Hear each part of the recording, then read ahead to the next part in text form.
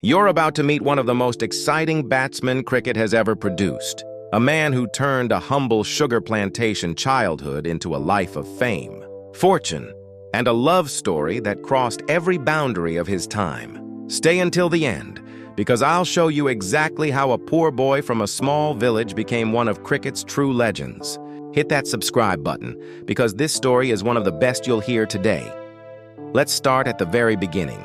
On December 26, 1935, a baby boy named Rohan Kanhai was born on a sugar plantation in Port Mourant, British Guyana. His grandparents had come to that country from India, brought over as indentured workers to labor on the sugar fields. Life on a plantation in the 1930s was hard. Nobody in that family had any reason to expect that this baby would grow up to be called one of the greatest batsmen the world has ever seen. Here's what nobody tells you about young Rohan. He started playing cricket the way almost every boy in that part of the world did, with nothing fancy, just raw passion for the game.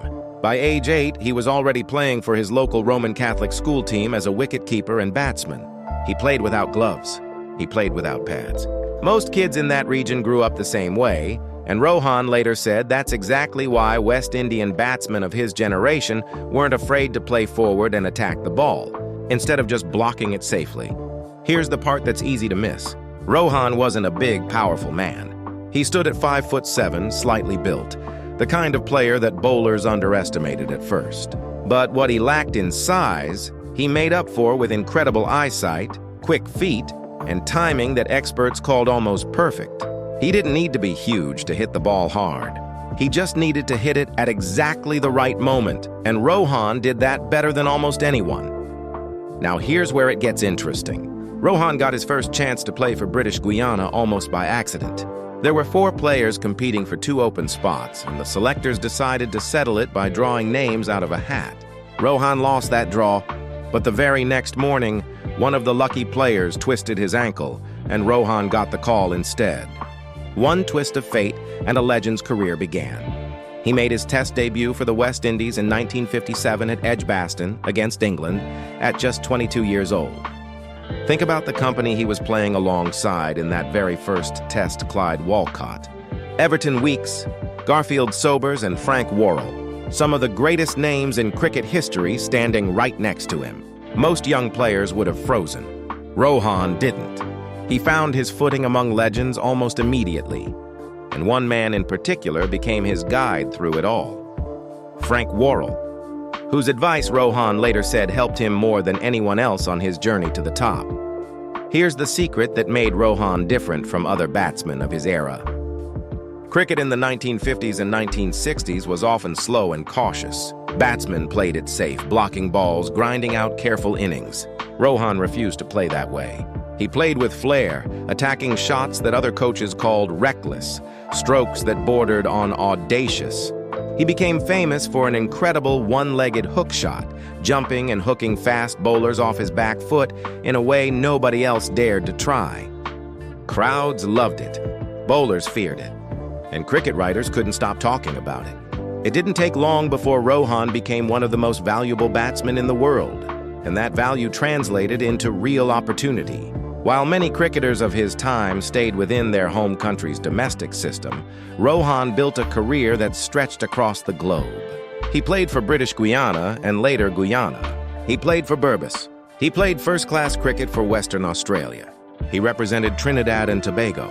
He even played in Tasmania and for Transvaal in South Africa. Very few cricketers of his generation built a resume that spanned that many countries and continents, and every stop along the way meant new contracts, new fees, and a growing reputation that followed him everywhere he went. The biggest move of his career, financially speaking, came in 1968, when Rohan signed with Warwickshire in English county cricket. This wasn't just another contract. It was the start of nearly a decade of stability and serious earning power. He played for Warwickshire all the way through 1977, scoring 1,000 runs in a season, an incredible 10 times for the club, with his best year coming in 1970, when he smashed 1,194 runs at an average over 57. English county cricket paid well for overseas stars who could fill seats and win matches, and Rohan became exactly the kind of player county clubs built their teams around. Here's a moment that defined his entire career. In 1973, at Eden Gardens in Calcutta, Rohan scored 256 runs in a single innings against India, the highest score of his career, and one of the most memorable innings in West Indies cricket history. It came in just his 13th test as a centurion, meaning fans waited a long time to see him reach three figures for the first time, and when it finally happened, he didn't stop at 100. He kept going all the way to 256. That single innings cemented his name in cricket history forever. Now let's talk about the love story that made headlines far beyond the cricket pages. In the early 1960s, while playing county cricket in England, Rohan met an Englishwoman named Phyllis Brenda Hay. The two fell for each other at a time when interracial relationships drew enormous attention and judgment. He was a brown-skinned cricketer from a sugar plantation in British Guyana. She was a white Englishwoman. In 1962 and 1963, a relationship like theirs made headlines and raised eyebrows across England and the Caribbean. But Rohan and Phyllis didn't let public opinion decide their future.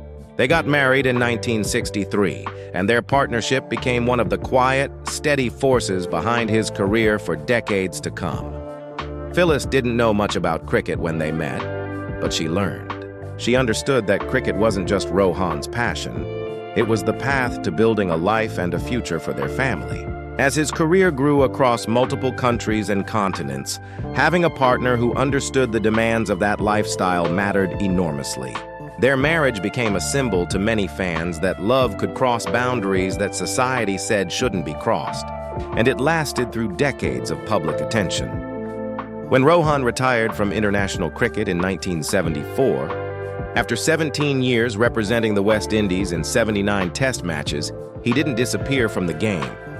His batting average of .4753 across his test career was one of the best of his generation, and a resume like that opens doors long after retirement.